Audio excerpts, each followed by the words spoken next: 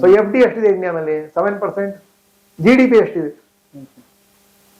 GDP government ಏನ್ ಹೇಳಿದ 7%, which means 14% by default share market will give. So share market 14% ಕೊಡುತ್ತೆ ಅಂದ್ರೆ ಅದ್ರಲ್ಲಿ ಇವಾಗ 100 ಅಂಗಡಿಗಳಿದೆ ಚಿಕ್ಕಪೇಟಲ್ಲಿ, ಅದೇ 2 ಅಂಗಡಿ ತುಂಬಾ ಚೆನ್ನಾಗಿ ದುಡ್ಡು ಮಾಡುತ್ತಾನೆ. ಆತರ 8,000 ಕಂಪನಿಗಳಿದೆ ಇಂಡಿಯಾದಲ್ಲಿ. 8,000ದಲ್ಲಿ 50 ಬೆಸ್ಟ್ ಕಂಪನೀಸ್ ಬಂದು Sensex, Nifty. So Nifty normally ಸ್ವಲ್ಪ ಜಾಸ್ತಿ ದುಡ್ಡು ಮಾಡುತ್ತೆ, ಎಲ್ಲಾರು 14 ಅಂದ್ರೆ 15% ಮಾಡ್ತಾನೆ.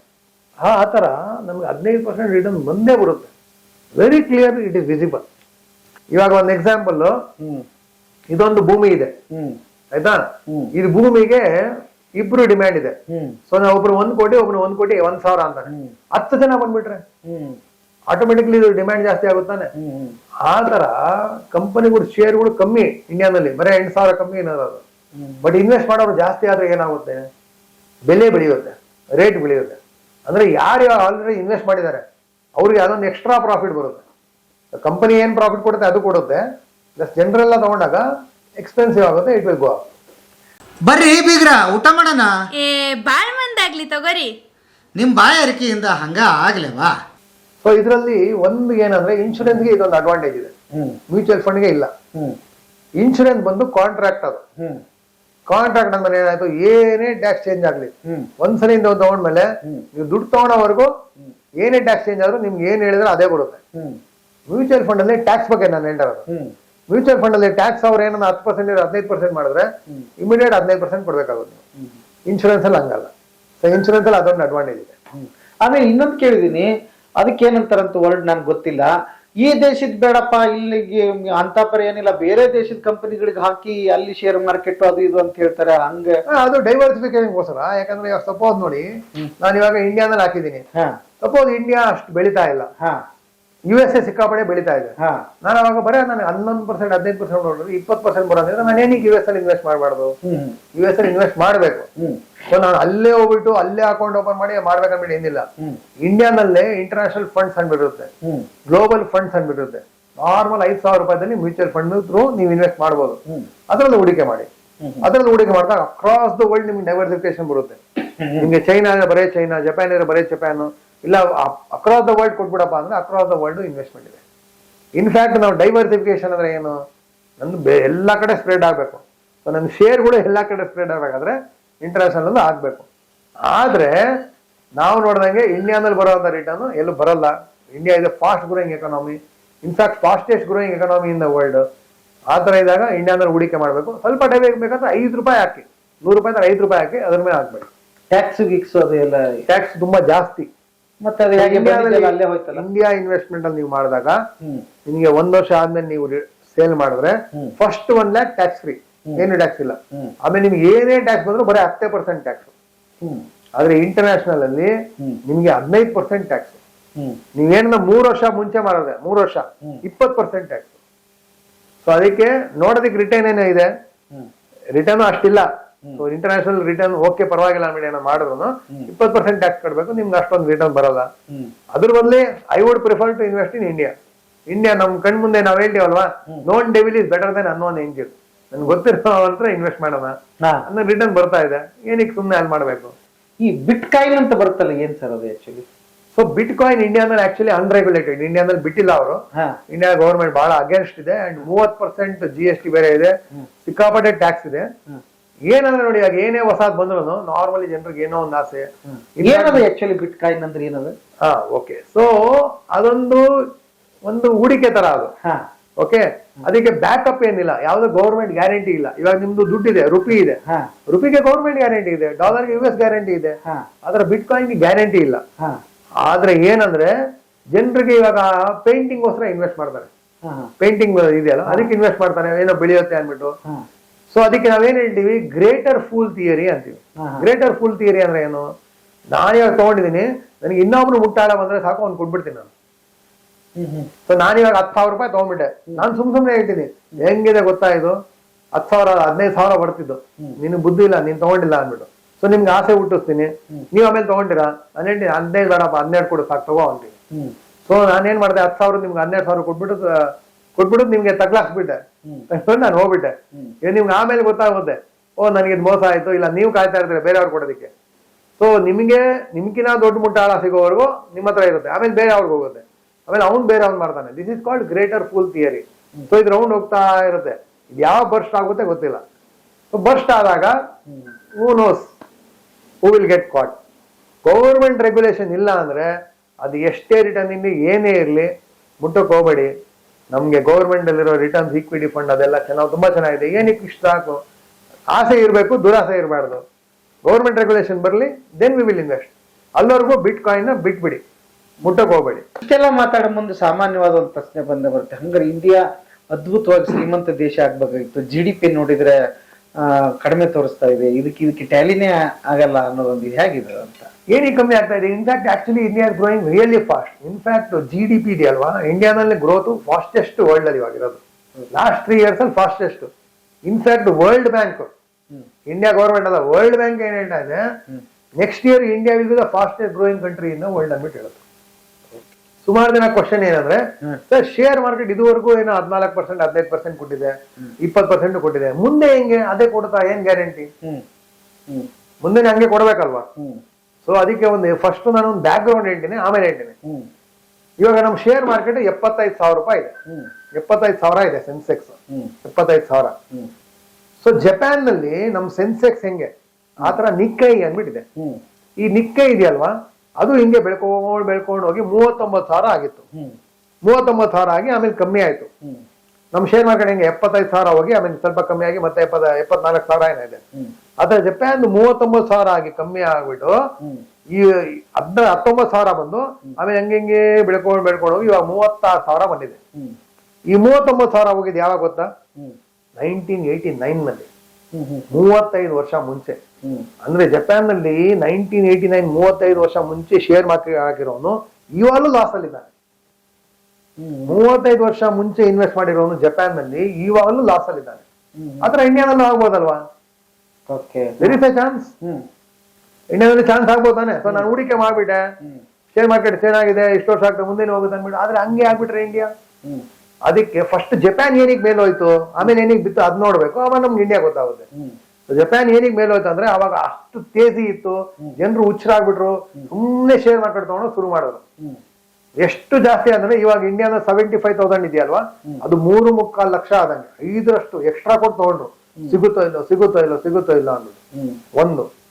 ಎರಡನೇದು, ಜಪಾನ್ ಇಷ್ಟು ಮೇಲೆ ಹೋದ್ಮೇಲೆ ಏನಾಗ್ಬಿಡ್ತು, ಬರ್ತಾ ಅವ್ರದ್ದು ಪಾಪ್ಯುಲೇಷನ್ ವಯಸ್ಸಾಗ ಶುರು ಆಯ್ತು. ಅಂದ್ರೆ 100 ಜನದಲ್ಲಿ 40 ಜನ 60 ವರ್ಷ ಮೇಲಿರೋರು 40%, 50% 60 ಜನ 60 ಏಜ್ಗಿನ ಜಾಸ್ತಿ ಆದ್ರು. ಇವಾಗ ರೈಟ್ ನಾವು 65% ಪಾಪ್ಯುಲೇಷನ್ 60 ಏಜ್ಗಿನ ಜಾಸ್ತಿ ಇದ್ದಾರೆ. ವಿಚ್ ಮೀನ್ಸ್ ಕೆಲಸ ಮಾಡೋರು ಕಮ್ಮಿ ಆಗಿದ್ದಾರೆ. ಕೆಲಸ ಮಾಡೋರು ಕಮ್ಮಿ ಆದ್ರೆ ಕನ್ಸಂಪ್ಷನ್ ಕಮ್ಮಿ, ಯೂಸ್ ಮಾಡೋರು ಕಮ್ಮಿ ಆದ್ರೆ ಖರ್ಚು ಮಾಡೋರು ಕಮ್ಮಿ ಆದ್ರೆ ಆಟೋಮೆಟಿಕಲಿ GDP ಕಮ್ಮಿ ಆಗುತ್ತೆ. GDP ಕಮ್ಮಿ ಆದ್ರೆ ಶೇರ್ ಮಾರ್ಕೆಟ್ ವ್ಯಾಪಾರ ಕಮ್ಮಿ ಆಗುತ್ತೆ. ಎಲ್ಲ ಕಂಪನಿಗಳು ವ್ಯಾಪಾರ ಕಮ್ಮಿ ಆದ್ರೆ ಶೇರ್ ಮಾರ್ಕೆಟ್ ಕಮ್ಮಿ ಆಗುತ್ತೆ. ಇಂಡಿಯಾದಲ್ಲಿ reverse, 65% population is below 40 years. So ಏನಾಗುತ್ತೆ, ಇವರೆಲ್ಲ ದುಡ್ಡು ಖರ್ಚು ಮಾಡ್ತಾರೆ. ಖರ್ಚು ಮಾಡಿದಾಗ ವ್ಯಾಪಾರ ಜಾಸ್ತಿ ಆಗುತ್ತೆ, ವ್ಯಾಪಾರ ಜಾಸ್ತಿ ಆದಾಗ ಪ್ರಾಫಿಟ್ ಜಾಸ್ತಿ ಆಗುತ್ತೆ, ಪ್ರಾಫಿಟ್ ಆದಾಗ ಶೇರ್ ಮಾರ್ಕೆಟ್ ಜಾಸ್ತಿ ಆಗುತ್ತೆ. ಇನ್ನ ಒಂದು ಬೆಸ್ಟ್ ಕ್ಲಾಸಿಕ್ ಎಕ್ಸಾಂಪಲ್, ನೀವೇನ್ ಮಾಡ್ಬೇಕಂದ್ರೆ ಯಾವಾಗಲೂ ಶೇರ್ ಮಾರ್ಕೆಟ್ ಎಷ್ಟು ರಿಟರ್ನ್ ಕೊಡುತ್ತೆ ಅಂದ್ರೆ, ಇಂಡಿಯಾ ಒಂದೇ ಅಲ್ಲ ವರ್ಲ್ಡ್ ಅಲ್ಲಿ ಎಲ್ಲಾನ ಹೋಗಿ FD ಎಷ್ಟಿದೆ ಲೆಕ್ಕ ಹಾಕೊಳ್ಳಿ, FD ಪ್ಲಸ್ ಇನ್ಫ್ಲೇಷನ್ ಆಡ್ ಮಾಡಿ, ಅಷ್ಟೇ ರಿಟರ್ನ್ ಇರುತ್ತೆ. ಅದ್ರ ಮೇಲೂ ಇರಲ್ಲ, ಅದ್ರ ಕಮ್ಮಿನೂ ಇರಲ್ಲ. ಸೊ FD ಎಷ್ಟಿದೆ ಇಂಡಿಯಾನಲ್ಲಿ? 7%. GDP ಎಷ್ಟಿದೆ? GDP ಗೌರ್ಮೆಂಟ್ ಏನ್ ಹೇಳಿದ 7%, which means 14% by default share market will give. So share market 14% ಕೊಡುತ್ತೆ ಅಂದ್ರೆ ಅದ್ರಲ್ಲಿ ಇವಾಗ 100 ಅಂಗಡಿಗಳಿದೆ ಚಿಕ್ಕಪೇಟಲ್ಲಿ, ಅದೇ 2 ಅಂಗಡಿ ತುಂಬಾ ಚೆನ್ನಾಗಿ ದುಡ್ಡು ಮಾಡುತ್ತಾನೆ. ಆತರ 8,000 ಕಂಪನಿಗಳಿದೆ ಇಂಡಿಯಾದಲ್ಲಿ. 8,000ದಲ್ಲಿ 50 ಬೆಸ್ಟ್ ಕಂಪನೀಸ್ ಬಂದು Sensex, Nifty. So Nifty normally ಸ್ವಲ್ಪ ಜಾಸ್ತಿ ದುಡ್ಡು ಮಾಡುತ್ತೆ, ಎಲ್ಲಾರು 14 ಅಂದ್ರೆ 15% ಮಾಡ್ತಾನೆ. ಆ ತರ ನಮ್ಗೆ 15% ರಿಟರ್ನ್ ಬಂದೇ ಬರುತ್ತೆ. Very clear, it is visible. ನಾವು ಇನ್ವೆಸ್ಟ್ಮೆಂಟ್ ಬಗ್ಗೆ ಮಾತಾಡ್ತೀವಿ, ಎಲ್ಲ ಮಾತಾಡ್ತೀವಿ, ಬಟ್ ಇತ್ತಿತ್ತಲಾಗಿ ಏನಾಗ್ತಿದೆ, ನಿರುದ್ಯೋಗ ಸಮಸ್ಯೆ ಜಾಸ್ತಿ ಇದೆ. ಬಡತನ ರೇಖೆಗಿಂತ ಇರ್ತಕ್ಕಂಥ ಜನಗಳು ಇನ್ನೂ ಅಲ್ಲೇ ಇದ್ದಾರೆ. ಅವ್ರ ಹತ್ರ ಹಣ ಓಡಾಡ್ತಿಲ್ಲ, ಬದುಕಿಗೆ ಹಣ ಇಲ್ಲ, ಇನ್ನು ಇನ್ವೆಸ್ಟ್ಮೆಂಟ್ ಎಲ್ಲಿಂದ ಬಂತು? ಆ ತರದ ಭವಿಷ್ಯಗಳು ನೋಡಿದ್ರೆ ಇದ್ರಲ್ಲೆಲ್ಲ ಆನ್ಸರ್ ಸಿಗುತ್ತಾ ಇದು, ಅಥವಾ ಇರೋರಿಗೆ ಮಾತ್ರ ಜಗತ್ತಾ ಅಂತ? ಸೊ ಯಾವಾಗ GDP ಬೆಳೆಯುತ್ತೆ, GDP ಬೆಳೀತಾ ಇದೆ ಅಂದ್ರೆ ಏನರ್ಥ ಅಂದ್ರೆ ಜನರ ಹತ್ರ ದುಡ್ಡು ಸ್ಪ್ರೆಡ್ ಆಗ್ತಾ ಇದೆ. ದುಡ್ಡು ಬರ್ತಾ ಇದೆ ಮೇಡಮ್, ನಮಗ್ ಕಾಣಿಸ್ತಾ ಇಲ್ಲ ಅಷ್ಟೇ. ಸೊ ಯಾವುದೇ ಒಂದು ಪಾಲಿಸಿ ಬರಬೇಕಾದ್ರೆ 2 ವರ್ಷ 3 ವರ್ಷ ಬೇಕದು ಜನರಿಗೆ ಕಾಣಿಸೋದಕ್ಕೆ. ಎಕ್ಸಾಂಪಲ್ 1999 ನಲ್ಲಿ ವಾಜಪೇಯಿ ಅವ್ರ ಎಲೆಕ್ಷನ್ ನಿಂತ್ಕೊಂಡಾಗ ಮ್ಯಾನಿಫೆಸ್ಟೋದಲ್ಲಿ ಹೇಳಿದ್ರು, ನಾವು ರೋಡ್ ಎಲ್ಲ ಪ್ರೈವೇಟ್ ಮಾಡ್ಬಿಡ್ತೀವಿ, ರೋಡ್ ಎಲ್ಲ ದೊಡ್ಡದು ಮಾಡ್ತೀವಿ, ಫ್ರೀ ಬಿಟ್ಬಿಡ್ತೀವಿ ಅಂದ್ರು. ಅಂದ್ರೆ ಪಬ್ಲಿಕ್ ಗೆ ಬಿಟ್ಬಿಡ್ತೀವಿ, ಪ್ರೈವೇಟ್ ಅವ್ರು ಪಾರ್ಟಿಸಿಪೇಟ್ ಮಾಡ್ಬೋದು ಅಂದ್ಬಿಟ್ಟು. ಅವ್ರೇನ್ ಮಾಡಿದ್ರು 2001 ನಲ್ಲಿ ನಿಮ್ಗೆ ಜ್ಞಾಪಕ ಇರ್ಬೋದು, ಫಸ್ಟ್ ಟೈಮ್ ಪಬ್ಲಿಕ್ ಪ್ರೈವೇಟ್ ರೋಡ್ಗಳು ಬರೋ ಶುರು ಆಯ್ತು. ಈ ನಂದಿ ನೈಸ್ ರೋಡ್, ಮತ್ತೆ LNT ಅವರು, GMR, ಲ್ಯಾಂಕೋ ಇವರೆಲ್ಲ ರೋಡ್ ಕಟ್ಟ ಶುರು ಮಾಡಿದ್ರು. ಇವರೆಲ್ಲ ರೋಡ್ ಕಟ್ಟ ಶುರು ಮಾಡಿದಾಗ ಏನಾಯ್ತು, ಟಾಲ್ ಬಂತು. ಫಸ್ಟ್ ಟೈಮ್ ಜನರು ಟಾಲ್ ಕೊಟ್ಟ ಶುರು ಮಾಡಿದ್ರು, ಬೈಕೊಂಡ್ ಕೊಟ್ರು, ಏನಪ್ಪಾ ರೋಡ್ಗೆ ನಾವು ಕೊಡ್ಬೇಕಾ ದುಡ್ಡು ಅಂದ್ಬಿಟ್ಟು. ಸೊ ವಾಜಪೇಯಿ ಸೋಲೋದಕ್ಕೆ ಅದೊಂದು ಕಾರಣ, ಕರೆಕ್ಟಾ? ಆದ್ರೆ ಇದು ರೋಡ್ ಆದಾಗ ಏನಾಯ್ತು, ರೋಡ್ ಇಂಪ್ರೂವ್ ಆದಾಗ ಈ ಮಂಗಳೂರಿಂದ ಬೆಂಗಳೂರು ಮೊದಲು ಬರ್ಬೇಕಾದ್ರೆ 14 ಅವರ್ ಆಗೋದು, 14 to 15 ಅವರ್ಸ್ ಆಗೋದು. ಈ ರೋಡ್ ಎಲ್ಲ ಇಂಪ್ರೂವ್ ಆಗ 11 ಅವರ್ ಆಗ್ಬಿಡುದು. ಸೊ ಒಂದ್ ಲಾರಿ ಮಾಲೀಕ ಮೊದ್ಲು ಒಂದ್ಸಲಿ ಲಾರಿ ಕಳಿಸಿದ್ರೆ ಆಗೋಯ್ತು, ತಿರ್ಗಾ ನೆಕ್ಸ್ಟ್ ಡೇ. ಆದ್ರೆ 11 ಅವರ್ ಆಗಿದ ತಕ್ಷಣ ಏನಾಯ್ತು ಅವ್ನಿಗೆ, ಅವ್ನು ಅನ್ನಿಸ್ತು, ಅರೆ ನಾನು ಇನ್ನೂ ಒಂದು ಡ್ರೈವರ್ ಅಲ್ಲಿ ಇಟ್ಕೊಂಡ್ರೆ ಇನ್ನೂ ಒಂದು ಟ್ರಿಪ್ ಹೊಡಿಬೋದಲ್ಲ ನೋಡಿ, ಅವ್ನು ಡಬಲ್ ಮಾಡ್ದ. ಒಂದು ಟ್ರಿಪ್ ಇರೋದು 2 ಮಾಡ್ದ. ಸೊ ಅವನು ಸೇಲ್ಸ್, ಇದಕ್ಕೆ ಟಾಪ್ ಲೈನ್ ಅನ್ನೋದು ಸೇಲ್ಸ್ ಬೆಳೆಯೋಕೆ ಶುರು ಆಗ್ಬಿಡ್ದು. ಪ್ಲಸ್ ರೋಡ್ ಅಷ್ಟು ಚೆನ್ನಾಗಿರೋದಕ್ಕೆ ಮೈಲೇಜ್ ಜಾಸ್ತಿ ಆಯ್ತು. ಮೈಲೇಜ್ ಜಾಸ್ತಿಗೆ ಏನಾಯ್ತು, ಖರ್ಚು ಕಮ್ಮಿ ಆಯ್ತು. ಸೊ ಸೇಲ್ಸ್ ಜಾಸ್ತಿ ಆಯ್ತು, ಪ್ರಾಫಿಟ್ ಮಾರ್ಜಿನ್ ಬೆಳೀತು. ಈ ತರ ಬೆಳೆದಾಗ ಏನಾಯ್ತು, ಕಂಪನಿಗಳು ಸಿಕ್ಕಾಪಟ್ಟೆ ದುಡ್ಡು ಮಾಡ್ತು. ಯಾವಾಗಿಂದ 2003, 4, 5, 6 ಸಿಕ್ಕಾಪಟ್ಟೆ ದುಡ್ಡು ಮಾಡ್ತು. ಅದಕ್ಕೆ ಶೇರ್ ಮಾರ್ಕೆಟ್ ಆವಾಗ 7 times ಜಾಸ್ತಿ ಆಯ್ತು. Biggest bull market in Indian history ಅವಾಲೆ ಆಗಿತ್ತು. ಹೌದು, ಅಂದ್ರೆ ಸುಮ್ನೆ ಎಕ್ಸಾಂಪಲ್ 1 ಲಕ್ಷ ಇದ್ರೆ 7 ಲಕ್ಷ ಆಗ್ಬಿಡ್ತು ಬರೀ 4 ವರ್ಷದಲ್ಲಿ, ಅಷ್ಟು ಬೆಳೀತು. ಇಲ್ಲಿ ಏನಾಯ್ತು, ಈ 2014 ನಲ್ಲಿ ಮೋದಿ ಗೌರ್ಮೆಂಟ್ ಬಂದಾಗ ಇಂಡಿಯಾ ಫ್ರಗೈಲ್ ಫೈಲ್ ಅಲ್ಲಿ ಇತ್ತು. ಫ್ರಗೈಲ್ ಫೈಲ್ ಅಂದ್ರೆ ಏನ್, ಇವಾಗ ಇಂಡಿಯಾನೇ ಮೋಸ ಮಾಡೋದೇನಪ್ಪ, ಇಂಡಿಯಾನೇ ಡಿಫಾಲ್ಟ್ ಮಾಡ್ಬಿಡುತ್ತೆ, ಬಡ್ಡಿ ಕಟ್ಟಕ್ ಆಗ್ತಾ ಇಲ್ಲ, ಆ ತರ ಸಿಚುವೇಶನ್ ಇತ್ತು. ಸೊ ಮೋದಿ ಏನ್ ಮಾಡಿದ್ರು, ಫಸ್ಟ್ ಅದನ್ನ ಮೇಲೆ ಕಾನ್ಸಂಟ್ರೇಟ್ ಮಾಡಿದ್ರು. ಪ್ಲಸ್ ಅವ್ರು ಗ್ರೌಂಡ್ ಲೆವೆಲ್ ಹೋದ್ರು. ಗ್ರೌಂಡ್ ಲೆವೆಲ್ ಅಂದ್ರೆ ಏನು, ಈ ಟಾಯ್ಲೆಟ್ಗಳು ಕಟ್ಸೋದು ಹಳ್ಳಿಗಳಲ್ಲಿ, ಮತ್ತೆ ಎಲ್ಲಾರ್ಗು ಮೊಬೈಲ್ಗಳು ಕೊಡ್ಸೋದು, ಎಲ್ಲಾರ್ಗು ಅಕೌಂಟ್ ಓಪನ್ ಮಾಡ್ಸೋದು, ಗ್ರಾಸ್ ರೂಟ್ ಹೋಗ್ಬಿಟ್ಟು ಜನ್ಧನ್ ಅದೆಲ್ಲ ಮಾಡಿದ್ರು.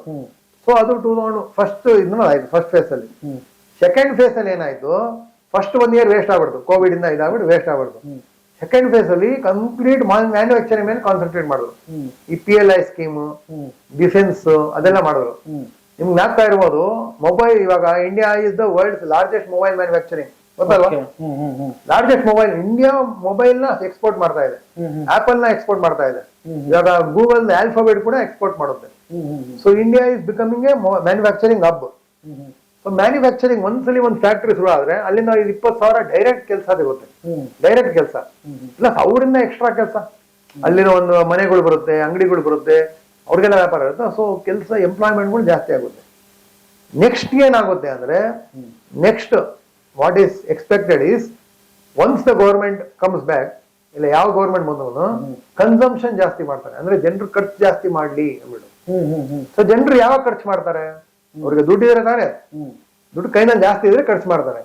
ದುಡ್ಡು ಕೈನಲ್ಲಿ ಯಾವ ಜಾಸ್ತಿ ಆಗುತ್ತೆ, ಸಂಬಳ ಜಾಸ್ತಿ ಆಗ್ಬೇಕು, ವಿಚ್ ಗೌರ್ಮೆಂಟ್ ಕೈನಲ್ಲಿ ಇಲ್ಲ. ಅಂದ್ರೆ ಗೌರ್ಮೆಂಟ್ ಕೈನಲ್ಲಿ ಏನಿದೆ, ಟ್ಯಾಕ್ಸ್ ಇದೆ ತಾನೆ. ಸೊ ನೆಕ್ಸ್ಟ್ ಏನಾಗುತ್ತೆ ಅಂದ್ರೆ GST ಕಮ್ಮಿ ಮಾಡ್ತಾರೆ. ಬೈ ಡಿಫಾಲ್ಟ್ GST ಸುಮಾರು GST ಕಮ್ಮಿ ಮಾಡ್ತಾರೆ. GST ಕಮ್ಮಿ ಮಾಡಿದಾಗ ಏನಾಗುತ್ತೆ, ಆಟೋಮೆಟಿಕಲಿ ರೇಟ್ ಕಮ್ಮಿ ಆಗುತ್ತೆ. ಸೊ ಎಕ್ಸಾಂಪಲ್, ನಾವು ಹೋಟ್ಲಿಗೆ ಹೋಗ್ತಾ ಇದೀವಿ, ನಾವು 110 ರೂಪಾಯಿ ಕೊಡ್ತೀವಿ, GST ಕಮ್ಮಿ ಆದ್ರೆ 90 ರೂಪಾಯಿ ಆಗ್ಬಿಡುತ್ತೆ. 90 ರೂಪಾಯಿ ಏನ್ ಮಾಡ್ತೀವಿ, ಜಾಸ್ತಿ ಹೋಟ್ಲಿಗೆ ಹೋಗಿ ಶುರು ಮಾಡ್ತೀವಿ. ಸೊ ಅವಾಗ ಖರ್ಚು ಜಾಸ್ತಿ ಆಗುತ್ತೆ, ಬೆಳೆಯುತ್ತೆ. ಸೊ ಕನ್ಸಂಪ್ಷನ್ ಜಾಸ್ತಿ ಆಗುತ್ತೆ. ಕನ್ಸಂಪ್ಷನ್ ಜಾಸ್ತಿ ಆದಾಗ ಆಟೋಮೆಟಿಕಲಿ ದುಡ್ಡು ಜನರು ಸ್ಪೆಂಡ್ ಮಾಡಿದಾಗ ಬೆಳೆಯುತ್ತೆ, ಸ್ಪ್ರೆಡ್ ಆಗುತ್ತೆ. ಸ್ಪ್ರೆಡ್ ಆದಾಗ GDP ಜಾಸ್ತಿ ಆಗುತ್ತೆ. ಸೊ ಗ್ರೋತ್ ಫಾಸ್ಟ್ ಆಗುತ್ತೆ.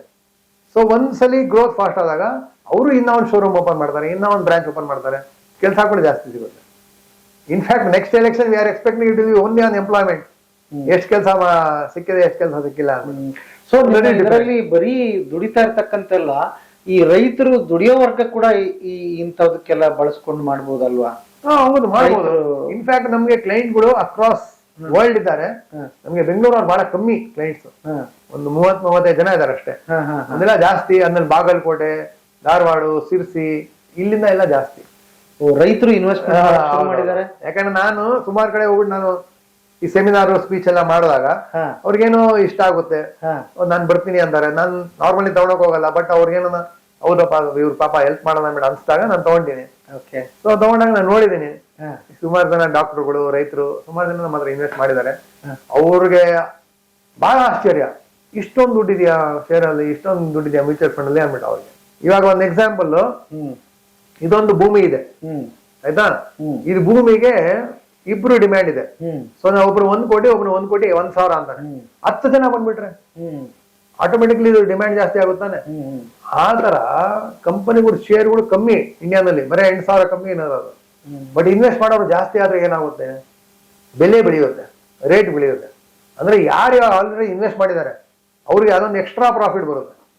ಕಂಪನಿ ಏನ್ ಪ್ರಾಫಿಟ್ ಕೊಡುತ್ತೆ ಅದು ಕೊಡುತ್ತೆ, ಪ್ಲಸ್ ಜನರೆಲ್ಲ ತಗೊಂಡಾಗ ಎಕ್ಸ್ಪೆನ್ಸಿವ್ ಆಗುತ್ತೆ, it will go up. But ಇದನ್ನ ದಾರಿ ತಪ್ಪಿಸೋರು ತುಂಬಾ ಜನ ಇದಾರೆ, ಹೌದು ಅಲ್ವಾ? NPS ಬಗ್ಗೆ ಒಂದು ಹೇಳ್ತೀನಿ, ಬಹಳ ಯೂಸ್ ಆಗುತ್ತೆ ಜನರಿಗೆ. ಹೇಳಿ. ಸೊ NPS ಅಂದ್ರೆ ನ್ಯೂ ಪೆನ್ಷನ್ ಸ್ಕೀಮ್ ಅಂದ್ಬಿಟ್ಟು, ಅದರಲ್ಲಿ ಎಸ್ಪೆಷಲಿ ಎಂಪ್ಲಾಯೀಸ್ ಎಲ್ಲ ತುಂಬಾ ಇನ್ವೆಸ್ಟ್ ಮಾಡ್ತಾರೆ, ವಿಚ್ ಇಸ್ ಗುಡ್. ಯಾಕಂದ್ರೆ 80C ನಲ್ಲಿ 1.5 ಲಕ್ಷ ಅಷ್ಟು ಬೆನಿಫಿಟ್ ಇದೆ. NPS ಅಲ್ಲಿ 50,000 ಎಕ್ಸ್ಟ್ರಾ ಬೆನಿಫಿಟ್ ಇದೆ, 2 lakhs ವರೆಗೂ ಬೆನಿಫಿಟ್ ಇದೆ. So which is very good, ಮಾಡ್ಬೇಕು, ಮಾಡ್ಲಿ. ಆದ್ರೆ ಜ್ಞಾಪಕ ಇರ್ಲಿ, ನೀವು ಇವಾಗ ಟ್ಯಾಕ್ಸ್ ಮಿಕ್ಸ್ ಹೋಗ್ಬಿಟ್ಟು ಮುಂದೆ ದೊಡ್ಡ ಟ್ಯಾಕ್ಸ್ ಕಟ್ಬೇಕು ಆಗ್ಬಹುದು. ಹೆಂಗೆ? ಏನಕ್ಕೆ ಅಂದ್ರೆ, ಇವಾಗ ನೀವು NPS ಅಲ್ಲಿ ಪ್ರತಿ ವರ್ಷ ಕಟ್ಕೊಂಡು ಹೋದ್ರಿ, 60 ವರ್ಷಕ್ಕೆ ನೀವು ದುಡ್ಡು ತಗೊಬೋದು.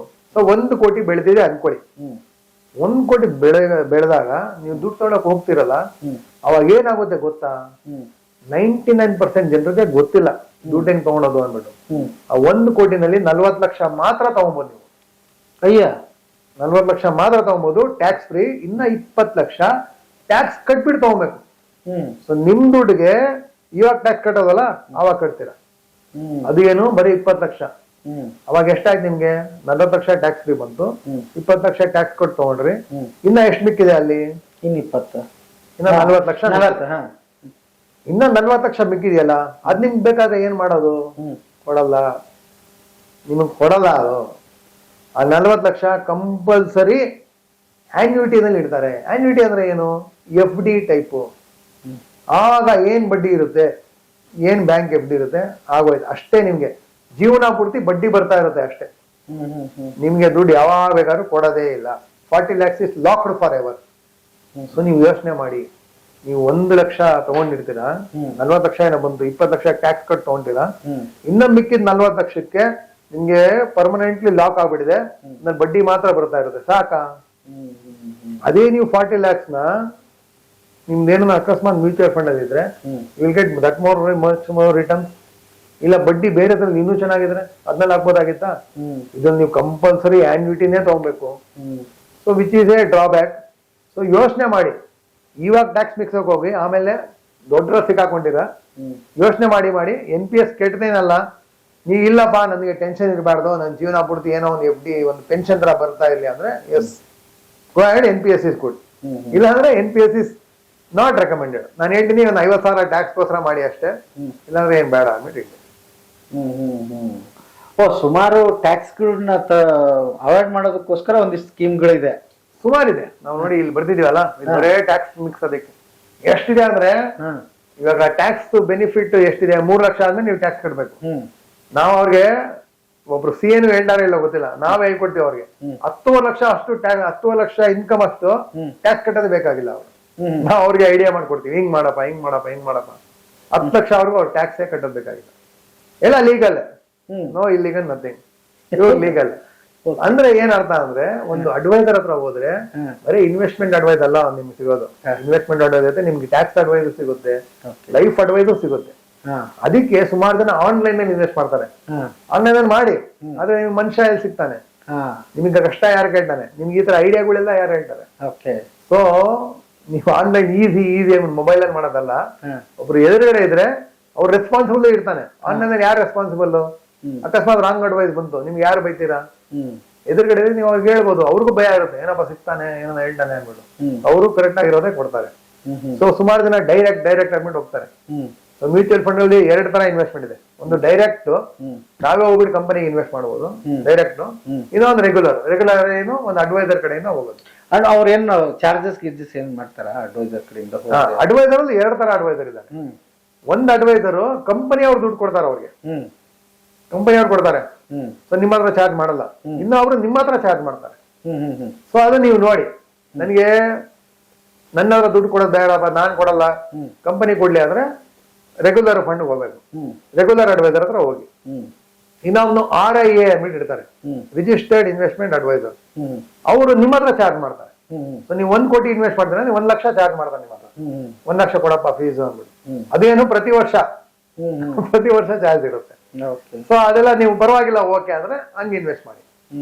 ಇಲ್ಲ ನನಗೆ ನಾನು ಪ್ರತಿ ವರ್ಷ ಇವ್ರಿಗೂ ಕೊಡಲ್ಲ ಫೀಸು, ಅವರು ನನಗೆ ಕಂಪನಿ ಕೊಡೋದು ಬೇಡ, ನಾನೇ ಡೈರೆಕ್ಟ್ ಇನ್ವೆಸ್ಟ್ ಮಾಡಿದ್ರೆ ಡೈರೆಕ್ಟ್ ಇನ್ವೆಸ್ಟ್ ಮಾಡಿ, no problem. What only thing is you should be knowing ನಾನು ಯಾವಾಗ ಹೂಡಿಕೆ ಮಾಡಬೇಕು, ಯಾವಾಗ ತೆಗಿಬೇಕು, ಎಷ್ಟು ಹೂಡಿಕೆ ಮಾಡಬೇಕು, ಅದೆಲ್ಲ ಗೊತ್ತಿದ್ರೆ ಮಾಡ್ಬೋದು. ಈಗ ಅವ್ರು ಏನ್ ಹೇಳ್ತಾರೆ, ಕೆಲವೊಬ್ರು ಒಂದ್ 3-4 ಸಾವಿರ ರೂಪಾಯಿ ತಿಂಗಳ ಚಾರ್ಜ್ ಮಾಡ್ತಾರಂತೆ. ನೀವೇನಿಲ್ಲ, ನಾವು ಮಾಡ್ತೀವಿ, ನಾವು ಶೇರ್ ಮಾರ್ಕೆಟ್ ಅಲ್ಲಿ ಯಾವ್ದಕ್ ಹಾಕ್ಬೇಕಂತ ನಾವ್ ಹೇಳ್ತೀವಿ, ಈಗ ಹಾಕಿ ಬೆಳಿಗ್ಗೆ ತಗೊಳ್ಳಿ, ಅದನ್ನ ನಾವ್ ಹೇಳ್ದಂಗ್ ಮಾಡ್ಬೇಕು ಅಂತ ಹೇಳ್ತಾರೆ, ಅದಕ್ಕೆ ಚಾರ್ಜ್ ಮಾಡ್ತೀವಿ ಅಂತಾರೆ. ಅದಕ್ಕೆ ಪ್ರಾಫಿಟ್ ಕೊಡ್ತಾರ? ಪ್ರಾಫಿಟ್ ಬರುತ್ತಾ?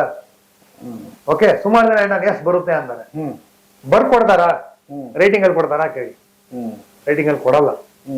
ರೈಟಿಂಗ್ ಅಲ್ಲಿ ಕೊಟ್ರೆ ಮಾತ್ರ ಗ್ಯಾರಂಟಿ, ಇಲ್ಲ ಅಂದ್ರೆ ಗ್ಯಾರಂಟಿ ಇಲ್ಲ. How can it be guarantee? ಬಾಯಿ ಮಾತ್ರ ಹೇಳಿದ್ರೆ ಇವಾಗ ನಾನು ಏನ್ ಹೇಳ್ತಾ ಇದ್ದೀನಿ ಅದೆಲ್ಲ ರೆಕಾರ್ಡ್ ಆಗ್ತಾ ಇದೆ, ಸೊ ಗ್ಯಾರಂಟಿ ಆಯ್ತಾನೆ, ಪ್ರೂವ್ ಆಯ್ತಾನೆ, ಅಂದ್ರೆ ಪ್ರೂಫ್ ಇದೆ. ಬಟ್ ನೀವು ಸುಮ್ನೆ ಹೇಳ್ಬಿಟ್ಟು ರೆಕಾರ್ಡು ಇಲ್ಲ, ಬರ್ದು ಕೊಡಲ್ಲ ಅಂದ್ರೆ which is not A guarantee. ಎಷ್ಟು ಜನ ಕಸ್ಟಮರ್ ಇದ್ದಾರೆ ನಿಮ್ ಕಸ್ಟಮರ್? 741 ಫ್ಯಾಮಿಲಿಗಳಿದ್ದಾರೆ. 741 ಫ್ಯಾಮಿಲಿಗಳನ್ನ ನೀವು ಅವ್ರ ಆರ್ಥಿಕ ಪರಿಸ್ಥಿತಿಯನ್ನ ಮೇಂಟೈನ್ ಮಾಡ್ತಾ ಇದ್ದೀರಿ, ಅವರೆಲ್ಲ ಸುಖವಾಗಿದ್ದಾರೆ. S S. ಮೊದ್ಲು ನಾನು ಬಹಳ ಕಷ್ಟ ಬೀಳ್ಬೇಕಾಗಿತ್ತು. ಮ್ಯೂಚುವಲ್ ಫಂಡ್ ಬಂದು ಹೇಳಿದ್ರೆ ಮ್ಯೂಚುವಲ್ ಫಂಡ್ ಏನದು ಅನ್ನೋದು, ಪ್ಲಸ್ ಅವ್ರ ಆಶ್ಚರ್ಯ, ಏನಪ್ಪಾ ಎಲ್ಲಾರು ಇನ್ಶೂರೆನ್ಸ್ ಬಗ್ಗೆ ಹೇಳ್ತಾನೆ, ಇವ್ನ ಯಾವನ ಮ್ಯೂಚುವಲ್ ಫಂಡ್ ಹೇಳ್ತಾನಲ್ಲ ಅಂದ್ಬಿಟ್ಟು. ಸೊ ಅದು ನೋಡಿ, ಇಲ್ಲೊಂದು ಆರ್ಟಿಕಲ್ ಇದೆ, people were shocked when I talked about mutual fund, not insurance. ಇದು ನಾನು 2011 ಅಲ್ಲಿ ಬಂದಿರೋ ನನ್ನ ಇಂಟರ್ವ್ಯೂಗೂ. ಪೀಪಲ್ ವರ್ ಶಾಕ್ಡ್, ನಾನು ಇನ್ಶೂರೆನ್ಸ್ ಬಗ್ಗೆ ಅಲ್ಲ ಮ್ಯೂಚುವಲ್ ಫಂಡ್ ಬಗ್ಗೆ ಹೇಳ್ತಾನಲ್ಲ ಅಂದ್ಬಿಟ್ಟು. ಯಾಕಂದ್ರೆ ಆ ಕಾಲದಲ್ಲಿ ಮ್ಯೂಚುವಲ್ ಫಂಡ್ ಯಾರು ಹೇಳ್ತಾ ಇರಲಿಲ್ಲ, ಅವಾಗ ಮ್ಯೂಚುವಲ್ ಫಂಡ್ ಸಹಿಯೇ ಇರಲಿಲ್ಲ, ಮ್ಯೂಚುವಲ್ ಫಂಡ್ ಗಲತೆ ಇದ್ದಿದ್ದು ಆ ಟೈಮಲ್ಲಿ ಇದ್ದಿದ್ದು. ಪ್ಲಸ್ ನಾನು ನೋಡಿ, ಒಬ್ಬರಿಗೆ ಇದ್ರದ್ದು ಸ್ಟೋರಿ ಚೆನ್ನಾಗಿದೆ, ಹೇಳ್ತೀನಿ. ಅವ್ರಿಗೆ ರಿಯಲ್ ಎಸ್ಟೇಟ್ ಅಲ್ಲಿ ಮಾಡಿಸ್ಬಿಟ್ಟು ನಾನು ಮ್ಯೂಚುವಲ್ ಫಂಡ್ ಅಲ್ಲಿ ಮಾಡ್ತೇನೆ ಇನ್ವೆಸ್ಟ್ಮೆಂಟ್. ಅದರದ್ದು ಅದು. ಪ್ಲಸ್ ಇಲ್ಲಿ ನಾನು ಒಬ್ರು NRI, ಒಬ್ರು ಇಂಡಿಯಾದವರು, ಬೆಂಗಳೂರವರು, ಬಾರಿಯಲ್ಲಿದ್ರು. ಅವರು ಹೆಂಗೆ ಶೇರ್ ಮಾರ್ಕೆಟ್ ಮತ್ತೆ ಅವ್ರಿಗೆ ಆಸೆ ಇದು ಬರಬೇಕು, ಧೈರ್ಯ ಬರಬೇಕು, ಅದು ಮಾಡ್ಕೊಟ್ಟೆ. ಅವರು 2008 ಅಲ್ಲಿ ನಾನು ಹೇಳಿದ್ನಲ್ಲ, ಶೇರ್ ಮಾರ್ಕೆಟ್ ಸಿಕ್ಕಾಪಟ್ಟೆ ಬಿದ್ಬಿಡ್ತು, ಸಿಕ್ಕಾಪಟ್ಟೆ ಬಿತ್ತು. ಎಷ್ಟು ಬಿತ್ತು ಅಂದ್ರೆ ಅರ್ಧಕ್ಕಿಂತ ಕಮ್ಮಿ ಆಗ್ಬಿಡ್ತು. ಅರ್ಧಕ್ಕಿಂತ ಕಮ್ಮಿ ಆದಾಗ ಏನಾಯ್ತು, ಸೊ ನೀವು 1 ಕೋಟಿ ಹಾಕಿದ್ರೆ 50 ಲಕ್ಷ ಆಗ್ಬಿಡುದು, 50 ಲಕ್ಷ ಕಮ್ಮಿ ಅಷ್ಟಾಗ್ಬಿಡುದು. ಅಂತದ್ರಲ್ಲಿ NRI ಒಬ್ರು ಬಾರೇನವರು ಹಂಗಾಗಿದ್ದಾರೆ. ನಾನು ಅವಾಗ ಏನ್ ಮಾಡಿದ್ದೆ, ಒಂದು ಆರ್ಟಿಕಲ್ ಬರ್ತಿದ್ದೆ, ನೀವು ಅಕಸ್ಮಾತ್ ಶೇರ್ ಮಾರ್ಕೆಟ್ ಅಲ್ಲಿ ಹಾಕಿ ಲಾಸ್ ಆಗಿದ್ದನ್ನು ಹೆಂಗ್ ದುಡ್ಡು ಮಾಡ್ಬೋದು ಅಂದ್ಬಿಟ್ಟು ಆರ್ಟಿಕಲ್ ಬರ್ದೆ. ಅವ್ರು ನನಗೆ ಇಮೇಲ್ ಮಾಡಿದ್ರು, ನೀವ್ ಹಿಂಗೆಲ್ಲ ಆರ್ಟಿಕಲ್ ಬರ್ದ್ಬಿಟ್ರೆ ಆಗಲ್ಲ, ಪ್ರೂವ್ ಮಾಡಿ ತೋರಿಸ್ಬೇಕು, ಇದೆಲ್ಲ ಸುಮ್ನೆ ಬರೆಯೋದಲ್ಲ, ನಾವು ನೋಡಿದ್ವಿ ಎಷ್ಟು ಕಷ್ಟ ಇದೆ ಶೇರ್ ಮಾರ್ಕೆಟ್ ಅಲ್ಲಿ ಮಾಡಿ ದುಡ್ಡು ಮಾಡೋದು ಅಂದ್ಬಿಟ್ಟು ನನ್ಗೆ ಬರೆದ್ರು. ನಾನು ಕೇಳಿದೆ, ನೀನೇನ ಇನ್ವೆಸ್ಟ್ಮೆಂಟ್ ಇದೆಯೇನಪ್ಪ ಅಂದ್ಬಿಟ್ಟು. ಅವ್ರು ಇನ್ವೆಸ್ಟ್ಮೆಂಟ್ ಇದೆ, ನನ್ಗೆ ಲಾಸ್ ಆಗಿದೆ ಅಂದ್ಬಿಟ್ಟು ಅವ್ರು ಲಿಸ್ಟ್ ಕಳ್ಸೋದು, ಏನು ಫಂಡ್ ಕೊಡೋದು ಲಿಸ್ಟ್, ಎಲ್ಲ ಯೂಸ್ಲೆಸ್ ಇನ್ಫ್ರಾಸ್ಟ್ರಕ್ಚರ್ ಫಂಡ್, ಆ ತರ ಫಂಡ್ಗಳಿತ್ತು. ಫಸ್ಟ್ ಫಂಡ್ ಹೆಸರಾಗಿಲ್ಲ ಅಂದ್ರೆ ಹೆಂಗ್ ದುಡ್ಡು ಮಾಡುತ್ತೆ. ನಾನು ಅವ್ರಿಗೆ ಹೇಳಿದೆ, ಒಂದ್ ಕೆಲಸ ಮಾಡಿ, ಸ್ವಲ್ಪ ಚೇಂಜ್ ಮಾಡ್ಬೇಕಾಗುತ್ತೆ, ಮಾಡಿ, ನಾನು ಹೇಳ್ದಾಗ ಮಾಡಿ ಅಂದ್ಬಿಟ್ಟು ಮಾಡ್ಕೊಟ್ಟೆ. ವಿತಿನ್ 2 years ಅವ್ರದ್ದೆಲ್ಲ ದುಡ್ಡು ಪ್ಲಸ್ ಬಂತು. ಪ್ಲಸ್ ಬಂದು ಅವರು ಏನೇನು ಲೈಫಲ್ಲಿ ಟಾರ್ಗೆಟ್ಸ್ ಇತ್ತು ಅದೆಲ್ಲ ಮಾಡಿ ಇವಾಗ ಆರಾಮಾಗಿ ರಿಟೈರ್ ಆಗಿದ್ದಾರೆ. ನಮ್ಮ ಕತ್ರಿಗುಪ್ಪೆನಲ್ಲಿ ಇದ್ದಾರೆ. ಸರ್, ಮುಂದಿನ ಕನಸುಗಳು ಏನು ಸರ್? ಮುಂದಿನ ಕನಸುಗಳಲ್ಲಿ ನನಗೆ ನೋಬೆಲ್ ಪ್ರೈಸ್ ಸಿಗ್ಬೇಕಂದ್ರೆ ಆಸೆ. ಜಾಸ್ತಿ ಜನಕ್ಕೆ ನಾನು ಸಹಕಾರ ಮಾಡಿದೀನಿ ಬಿಡು, ಆದ್ರೆ ಅದಾಗಲ್ಲ. ಬಟ್ ನನಗೆ ಏನ್ ಆಸೆ ಅಂದ್ರೆ, ನನಗೆ ಬುಕ್ ನಾನು ಬರ್ದಿದ್ದೀನಿ.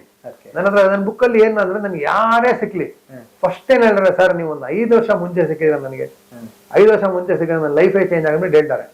ಸೊ ನನಗೆ ಅದೇ ಆಸೆ, ಅದು ಯಾರು ಹೇಳ್ಬಾರ್ದು. ಏನಕ್ಕೆ ಹೇಳ್ಬಾರ್ದು ಅಂದ್ರೆ, ನನ್ನ ಬುಕ್ಕು ಮತ್ತೆ ನಾನು ಮಾತಾಡಿದ್ರೆ ಅಷ್ಟು ಸ್ಪ್ರೆಡ್ ಆಗಿ ಬೈ ಡಿಫಾಲ್ಟ್ ಜನರಿಗೆ ಗೊತ್ತಾಗಬೇಕು ಯಾವ್ದು ಒಳ್ಳೆ ಇನ್ವೆಸ್ಟ್ಮೆಂಟ್, ಯಾವ್ದು ಒಳ್ಳೆ ಇನ್ವೆಸ್ಟ್ಮೆಂಟ್ ಅಲ್ಲ ಅಂದ್ಬಿಟ್ಟು.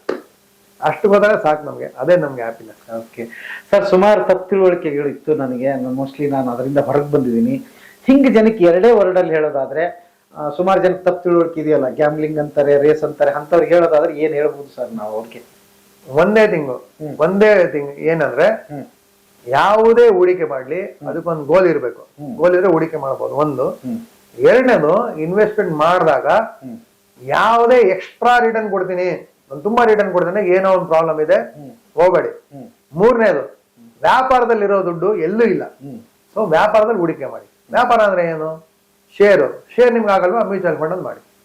ಮ್ಯೂಚುವಲ್ ಫಂಡ್ ಅಲ್ಲಿ ಮಾಡಿ, ತಿಂಗಳು ಮಾಡಿ ಲಂಸಮ್ ಮಾಡೋದಕ್ಕೆ ಸ್ವಲ್ಪ ಪ್ರಾಬ್ಲಮ್ ಆಗ್ಬೋದು. ಯಾಕಂದ್ರೆ ಒಂದು ದುಡ್ಡು ಇರಲ್ಲ, ಎರಡನೇದು ಯಾವ್ದು ಮಾಡಕ್ ಗೊತ್ತಾಗಲ್ಲ. ತಿಂಗಳು ಮಾಡಿ you will always make money. Okay, ಅದು ಕೊತ್ತಂಬರಿ ಸೊಪ್ಪು ಮಾರೋರಿಂದ ಹಿಡಿದು ಹೋಟೆಲ್ ಮಾಡೋರಿಂದ ಹಿಡಿದು ಎಲ್ರಿಗೆ ಅನ್ವಯಿಸುತ್ತೆ. ಯಾರು ಬೇಕಾದ್ರೂ ₹100 ನೀವು ಶುರು ಮಾಡಬಹುದು. ಆಮೇಲೆ ಈ ಕೇಳಿಕೆ ಮಾತು ಬಿಡ್ಬೇಕು. ಯಾಕಂದ್ರೆ ಅದು ಏನೋ ಹೇಳ್ತಿದ್ರಲ್ಲ, ಯಾರೋ ಬಂದ್ ಹೇಳ್ಬಿಡ್ತಾರೆ, ಅದನ್ನ ಯಾಕ್ರಿ ಮಾಡಿದ್ರಿ, ಮುಳುಗ್ ಹೋಗ್ಬಿಡ್ತಾರಿ, ಲಾಟ್ರಿ ಇದ್ದಂಗೆ, ಲಾಟ್ರಿ ಟಿಕೆಟ್ ತಗೊಂಡ್ರೆ ನಿಮ್ಗೆ ಹೊಡಿಯುತ್ತಂತ ಏನ್ ಗ್ಯಾರಂಟಿ ಅಂತ ಕೇಳೋರು ಇರ್ತಾರೆ. ಸೊ ಇದಕ್ಕೆ ಗೌರ್ಮೆಂಟೇ ಅದಕ್ಕೆ ಗೌರ್ಮೆಂಟೇ ಇವಾಗ ಮ್ಯೂಚುವಲ್ ಫಂಡ್ ಸಹಿಗೆ ಏನಿಗೆ ಬಂತದ್ದು. ಗೌರ್ಮೆಂಟ್ ಗೊತ್ತಾಯ್ತು ಮ್ಯೂಚುವಲ್ ಫಂಡ್ ಇಷ್ಟು ಒಳ್ಳೆ ಇನ್ವೆಸ್ಟ್ಮೆಂಟ್ ಇದೆ, ಜನರು ಇನ್ವೆಸ್ಟೇ ಮಾಡ್ತಾ ಇಲ್ಲ. So government was force to come. Government ಹೇಳ್ತಾ ಮ್ಯೂಚುವಲ್ ಫಂಡ್ ಸಹಿಯೇ, ಚೆನ್ನಾಗಿದೆಯಪ್ಪ, ಇದು ಕರೆಕ್ಟ್ ಆಗಿದೆ, ಇದಕ್ಕೆ ಮಾಡಪ್ಪ, ಇದಕ್ಕೆ ಮಾಡಬೇಡ. ಗೌರ್ಮೆಂಟ್ ಹೇಳಿದೆ ಕರೆಕ್ಟ್ ಆಗಿದೆ ಮಾಡಪ್ಪ ಅಂದ್ಬಿಟ್ಟು. ಟ್ಯಾಕ್ಸು ಇಲ್ಲ ಅಂತ ಹೇಳಿ, ಟ್ಯಾಕ್ಸು ಇಲ್ಲ. ಪ್ಲಸ್ ನಾವು 130 ವರ್ಷದಿಂದ ನೋಡಿದೀವಲ್ವಾ, ಒಂದು ಮ್ಯೂಚುವಲ್ ಫಂಡ್ ಮೋಸ ಮಾಡಿಲ್ಲ. ಮುಂದೇನು ಮಾಡಕ್ ಆಗಲ್ಲ, ಯಾಕಂದ್ರೆ ಆತರ ಡಿಸೈನ್ ಇದೆ. ಸೊ ಮ್ಯೂಚುವಲ್ ಫಂಡ್ ಮೋಸ ಮಾಡಕ್ ಆಗೋದಿಲ್ಲ ಅಂದ್ರೆ ಏನಕ್ಕೆ ಇನ್ವೆಸ್ಟ್ ಮಾಡಬಾರ್ದು ನಾವು? ವರ್ಷಕ್ಕೆ ನನ್ಗೆ ಅಟ್ಲೀಸ್ಟ್ FD ಕಿನ ಜಾಸ್ತಿ ಬರುತ್ತಾ, ಮಾಡಿ ಎಂಜಾಯ್ ಮಾಡಿ. FD ಅಷ್ಟೇ ನಿಮ್ಗೆ ಟೆನ್ಷನ್ ಫ್ರೀ ಇರುತ್ತೆ, ಟೆನ್ಷನ್ ಇರಲ್ಲ, ಸ್ಟ್ರೆಸ್ ಫ್ರೀ ಇನ್ವೆಸ್ಟ್ಮೆಂಟ್. ಆರಾಮಾಗಿ ನೀವು ಅವಾಗ ಮಿಡಲ್ ಕ್ಲಾಸ್ ಇಂದ ಸಾಹುಕಾರ ಆಗ್ತೀರಾ, ಸಾಹುಕಾರಿಂದ ಶ್ರೀಮಂತನೂ ಆಗ್ತೀರಾ. ಅದ್ಭುತ ಸರ್, ನನಗಂತೂ ಬಹಳ ಖುಷಿ ಆಯ್ತು. ನಾನು ಹೆಮ್ಮೆಯಿಂದ ಹೇಳ್ತೀನಿ ಈಗ. ಸೊ ನಾನು ಇವತ್ತೇ ಜಾಯ್ನ್ ಆಗ್ತೀನಿ, ಯಾಕಂದ್ರೆ ನಿಮ್ಮ ಮಾತು ಕೇಳಿ ನನಗೆ ಕೂಡ, ಯಾಕಂದ್ರೆ ನಾವೆಲ್ಲ ದೂರ ಇದ್ದವ್ರೆ, ಹಿಂಗ್ ತಪ್ಪು ತಿಳುವಳಿಕೆಗಳೇ. ಇವತ್ತು ನಾನು ನಿಮ್ಮನ್ನ ಸಂದರ್ಶನ ಮಾಡ್ಬೇಕಾದಾಗ ದಾರಿಯಲ್ಲಿ ಬರಾಗ 108 ಪ್ರಶ್ನೆಗಳಿತ್ತು. ಸುಮಾರು ಜನ ನನಗೆ ಇದ್ರ ಬಗ್ಗೆ ಇಂಟರ್ವ್ಯೂ ಕೇಳಿದ್ರು ಮಾಡಿ ಅಂತ. ನನಗೆ ಈ ಗಾಳಿಗಂಧ ಗೊತ್ತಿಲ್ಲ, ಶೇರು ಅಂದ್ಬಿಡ್ತಾರೆ, ಅದೇನೋ ತೋರಿಸ್ಬಿಡ್ತಾರೆ, ಗೂಳಿ ಅಂತಾರೆ. ಇದು ನನಗೆ ಅರ್ಥವಾಗದ ಜಗತ್, ನಾನು ಮಾಡೋದಿಲ್ಲ ಮಾರಾಯ ಅಂತ ಬಿಟ್ಟಿದ್ದೆ. ಫಸ್ಟ್ ಟೈಮ್ ನಿಮ್ಮನ್ನ ಇಂಟರ್ವ್ಯೂ ಮಾಡಿ ಬಹಳ ಖುಷಿ ಆಯ್ತು. ಅದ್ರಾಗ ನನಗೆ ನೀವು ನೇರವಾಗಿ ಗುರುಗಳೇ ಸಿಕ್ಕಿದ್ರಿ. ಅರೆ ಹಂಗೇನಿಲ್ಲ, ಬಹಳ ಖುಷಿ ಆಯ್ತು. ಇನ್ವೆಸ್ಟ್ ಮಾಡ್ರಿ ಅಂತ ಹೇಳೋಣ ಜನಕ್ಕೆ. ಒಂದ್ ಬೇಜಾರ ನೀವು ಸಿಕ್ಕಲ್ಲ, ಬಿಸಿ ಪರ್ಸನ್, ಅವ್ರ ಹತ್ರ ಇರೋರ್ನ ಕಾಂಟ್ಯಾಕ್ಟ್ ಮಾಡ್ಕೊಂಡು ಹೋಗ್ಬೋದಲ್ಲ. ಯಾಕಂದ್ರೆ ನಾನು ಕೇಳಿದ್ರೆ ಹೇಳ್ತೀನಿ, ಅವ್ರು ಯಾರ ಹತ್ರ ಅಲ್ಲಿ ಅಕ್ಕಪಕ್ಕದಲ್ಲಿ ಯಾರಿದ್ದಾರೆ ಕರೆಕ್ಟ್ ಆಗಿರೋರ್ನ. ಯಾಕಂದ್ರೆ ನಮ್ಗೆಲ್ಲ ಬರ್ತಾ ಇರ್ತಾರಲ್ಲ, ನಮ್ಗೆ ಗೊತ್ತು ಯಾರು ಶಿಷ್ಯರು ಕರೆಕ್ಟ್ ಆಗಿದ್ದಾರೆ, ನಾನು ಬೇಕಾದ್ರೆ ಗೈಡ್ ಮಾಡ್ತೀರಿ ಅವ್ರಿಗೆ. ಇನ್ಕ್ಲೂಡಿಂಗ್ ನಿಮ್ ಜೊತೆಗೆ ಈ ಜರ್ನಿಯಲ್ಲಿ ನಿಮ್ ಮಿಸಸ್ ಇದಾರೆ ಅಂತ. ಹೌದಲ್ಲ, ಅವರು ನಮ್ ತರಾನೇ ಅಡ್ವೈಸರೇ. ಅವರು ನಮ್ ಜೊತೆ 2007 ಇಂದ ಈ ಫೀಲ್ಡ್ ಅಲ್ಲಿ ಇದ್ದಾರೆ. ಅವರು ಸ್ವಲ್ಪ ಜಾಸ್ತಿ ಲೇಡಿ ಅಡ್ವೈಸರ್ ಜಾಸ್ತಿ ಅವ್ರಿಗೆ. ಹೌದಾ? ಅವ್ರ ಯೋಗ ಟೀಚರ್, ಹಾಗಾಗಿ ಸ್ವಲ್ಪ ಇದು ಆಧ್ಯಾತ್ಮ ಜಾಸ್ತಿ ಅವ್ರದ್ದು. ಈ ದುರ್ಗಾ ಸಪ್ತಶತಿ ಅದೆಲ್ಲ ಹೇಳ್ಕೊಡ್ತಾರೆ, ಭಗವದ್ಗೀತೆ ಹೇಳ್ಕೊಡ್ತಾರೆ. ಸೊ ಸ್ವಲ್ಪ ಜಾಸ್ತಿ ಆಧ್ಯಾತ್ಮ ಕಡೆ ಜಾಸ್ತಿ ಇವಾಗ ಅವರು. ಅಲ್ಲ, ನಿಮ್ ಫೀಲ್ಡ್ ಬಂದು ನೀವು ಹೊಲಿಸ್ಕೊಂಡಿದ್ದ ಅಥವಾ ಅವರು ಅದೇ ಫೀಲ್ಡ್ ಅಲ್ಲಿ ಇದ್ರ ಹಾಗೆ? ಇಲ್ಲ, ಅವ್ರಿಗೆ ಏನೋ ಆಸೆ ಇರ್ಲಿಲ್ಲ ಈ ಫೀಲ್ಡ್. ನಾನು ಹೇಳದಲ್ವಾ, ನಮ್ಮ ಮಾವ ಅವ್ರ ಏನ್ ಹೇಳಿದ್ರು, ನಾನೇ ನಿಂಗೆ ಅಂಗಡಿ ಕೊಡ್ತೀನಿ. ಅಷ್ಟು ಭಯ ಆಯ್ತು. ಇವ್ರುನು ಏನ್ರಿ ಏನಿದು, ನನ್ಗೊಂಥರ ಆಗುತ್ತೆ, ಎಂತ ಫೀಲ್ಡ್ ಇದು, ಬ್ರೋಕರು ಅಂತ ಇದ್ರು. ಆಮೇಲೆ ಅವ್ರಿಗೆ ಗೊತ್ತಾಯ್ತು ಬ್ರೋಕರ್ ಅಲ್ಲ ಅಡ್ವೈಸರ್. ಆಮೇಲೆ ಗೊತ್ತಾಯ್ತು ಅವ್ರಿಗೆ. ಟೈಮ್ ಹಂಗೆ ಅದು. ಇಬ್ಬರದು ಹಂಗಾರೆ ಜೊತೆ ಬಂಡಿ ಮಾಡ್ತಾ ಇದೆ. ಸೊ ಅವ್ರನ್ನ ಮಾತಾಡ್ಸೋಣ ಸರ್. ನಮ್ ಇಬ್ರು ಮಕ್ಕಳು ಇವಾಗ ಇಬ್ರು ಕಾಮರ್ಸ್ ಇರೋದು. ಒಬ್ರು BCom ಎಲ್ಲ ಆಗಿ ಇವಾಗ CFPM ಇದೆ. ಸೊ ಸರ್ಟಿಫೈಡ್ ಫೈನಾನ್ಷಿಯಲ್ ಪ್ಲಾನಿಂಗ್ ನಮ್ ಫೀಲ್ಡ್ ಅದು ಮಾಡ್ತಾ ಇದ್ದಾರೆ. ಇನ್ನು ಅವಳು BCom ಅಲ್ಲಿ ಇದ್ದಾಳೆ. ಸೊ ಬೋತ್ ಪ್ರಾಬಲಿ ನಮ್ ಫೀಲ್ಡೇ ಬರ್ತಾರೆ. ಯಾಕಂದ್ರೆ ಇಬ್ರು ಒಳ್ಳೆ ನಾಲೆಜ್ ಇದೆ. ಲೆಕ್ಕಕ್ಕೆ ನೋಡಿದ್ರೆ ನನ್ಗೆ ಅವಾಗ ಎಷ್ಟು ನಾಲೆಜ್ ಇದೆ ಅದಕ್ಕಿಂತ ಡಬಲೇ ಇದೆ. So we never know. Okay sir, ನಾನ್ ಬಹಳ ಖುಷಿ ಆಯ್ತು ಇವತ್ತಿನ ಇಂಟರ್ವ್ಯೂ ಮಾಡಿ. ಆಮೇಲೆ ಜನಗಳಿಗೆ ಇದ್ರದ್ದು ಫೀಡ್ಬ್ಯಾಕ್ ನೋಡೋಣ. ಅವ್ರ ಕಮೆಂಟ್ ಬಾಕ್ಸ್ ಅಲ್ಲಿ ಮತ್ತೇನಾದ್ರೂ ಸಮಸ್ಯೆಗಳಿದ್ರೆ ಅಥವಾ ಏನಿದ್ರೆ I will try to help. ಅಲ್ಲೇ ಕಾಮೆಂಟ್ ಅಲ್ಲೇ ರಿಪ್ಲೈ ಮಾಡಿ I try to solve the problem. Okay, ಸಾಧ್ಯ ಆದ್ರೆ ಮುಂದಕ್ಕೆ ಇನ್ನೊಂದಿಷ್ಟು ಎಪಿಸೋಡ್ಗಳು ಮಾಡೋಣ. ಅದೇನ್ ನಮ್ದು ಶುರು ಮಾಡಿದ್ರೆ ಇನ್ನೊಂದು 15-20 ಎಪಿಸೋಡ್ ಮಾಡ್ಬೋದು. ಅಷ್ಟೊಂದು ಇದೆ. ಮಾಡೋಣ, ಸರಿ ಮಾಡೋಣ. ಖಂಡಿತ. ಇಷ್ಟೊತ್ತು ನಮ್ ಟೈಮ್ ಕೊಟ್ಟಿದ್ದಕ್ಕೆ thank you sir. Thank you very much and thanks for coming and thanks for giving me opportunity. ಅಯ್ಯೋ, ನಮ್ ಭಾಗ್ಯ. Thank you.